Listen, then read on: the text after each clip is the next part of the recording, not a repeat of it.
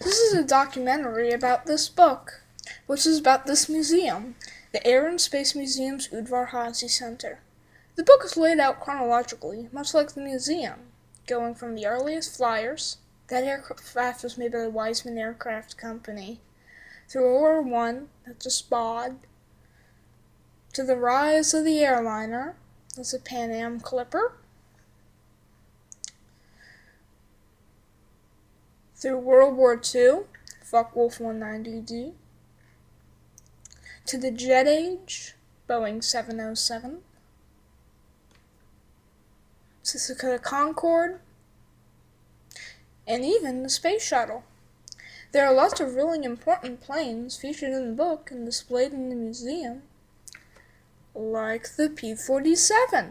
This plane shot down more of these than any other Allied fighter in World War II.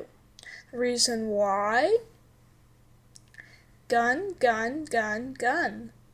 Gun, gun, gun, and gun. Next, we have the Japanese Syrian floatplane. It was designed to be launched by a gigantic submarine, but the war ended before they were launched. It features a surprisingly well-designed instrument panel.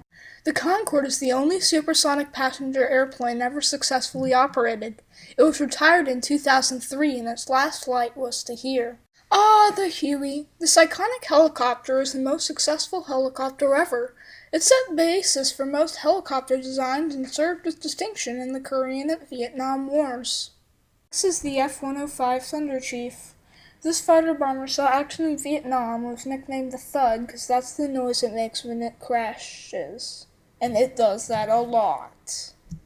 It was vulnerable to both surface-to-air missiles, as an SA-2, or enemy fighter planes, that is a MiG-21C.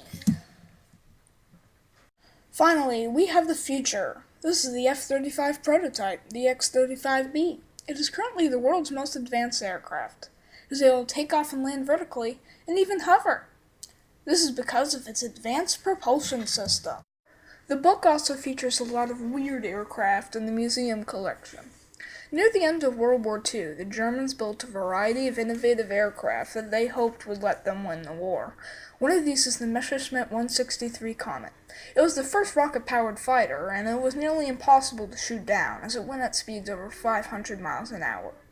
However, due to a design flaw, it was very likely to blow up upon land. The Germans also made the first jet bomber, the Arado 234.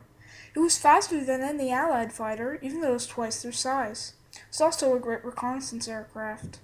It gave the Germans eyes that were previously blinded by Allied air superiority.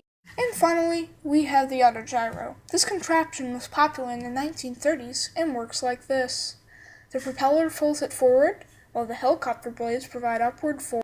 The book, much like the museum, is a beautifully made piece of history that will captivate both the average person or the plain super geek. Interesting fact is the book is so recent, the plane pictured in the restoration hangar is still there, except now it has the wing attached. Bonus footage! Discovery! The real shuttle that completed over 50 missions just arrived at the Air and Space Museum. It's an amazing piece of history with so much to look at, you can even still see the scars from plasma on re-entry.